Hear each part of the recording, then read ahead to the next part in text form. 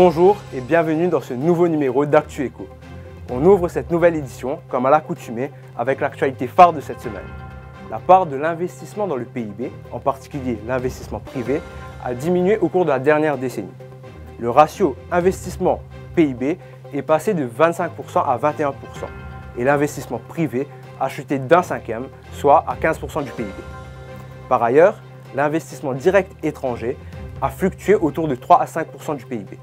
Retrouvez les analyses de Jaya Paten, directeur du Jaya Advisory, et de l'économiste Bhavish Jagannathan. J-9, dernière ligne droite pour la préparation du budget 2021-2022. Dans cette optique, une question se pose. Avec la dégradation des finances publiques, le ministre des Finances a-t-il les moyens de présenter un budget qui sera placé sous le signe de la relance? Pierre Dinant, économiste, nous livre son avis dans une vidéo. Mais il a le devoir de le mettre sous le signe de la relance et il me semble qu'on a bien de la sympathie avec lui parce qu'on sait que les dépenses seront élevées et qu'il faut faire attention à ne pas augmenter trop la dette publique. Mais il y a sans doute, lorsqu'il pensera à la fiscalité,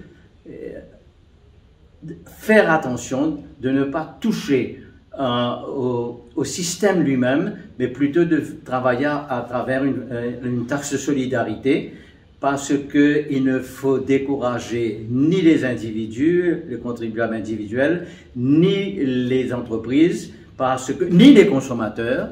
Donc, parce que cela, nous avons absolument besoin pendant l'année à venir et les années à venir, que tout le monde mette la main à la pâte. Il ne faut pas les décourager. Mais sans doute, s'il faut une taxe de solidarité, allons-y, hélas. Mais il faut bien aider ceux qui sont dans des difficultés. Focus Business, votre rubrique dédiée à la vie des entreprises. Cette semaine, c'est au tour de Sim Finance. En partenariat avec Lavastone, cette compagnie est venue en aide à 230 familles vulnérables et qui ont été touchées par le second confinement. Collaborant avec Caritas, ils ont apporté des vivres et des raisons d'espérer à des personnes dans le besoin et résidant dans les régions les plus touchées. Il faut une politique fiscale simple et peu élevée, soutient Guillaume Huguenin, le président de la Chambre de commerce et d'industrie de Maurice. Il souligne aussi que le dialogue entre la MCCI et l'État repose sur des bases solides. Plan local, monde des affaires, relations avec le gouvernement, protection de la population à travers notamment la vaccination, le président de la MCCI partage des pistes de réflexion autour de la relance de l'économie. Retrouvez l'intégralité de l'interview dans votre magazine de cette semaine.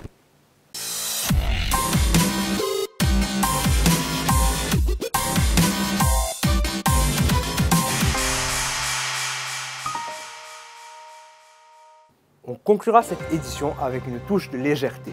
Le Business Files de cette semaine traite des animaux de compagnie. Avec de plus en plus d'animaux qui sont accueillis dans les foyers mauriciens comme compagnons domestiques et membres à part entière de la famille, le marché de l'animalerie est en essor perpétuel. Gros plan sur ces compagnons de vie que nous chérissons tant. Retrouvez la suite de cet article et d'autres sujets d'intérêt économique dans votre Business Magazine. Vous pouvez aussi nous suivre sur notre site internet www.business-magazine.mu ou encore sur nos pages Facebook et LinkedIn Business Mag. Merci de votre attention, à très vite.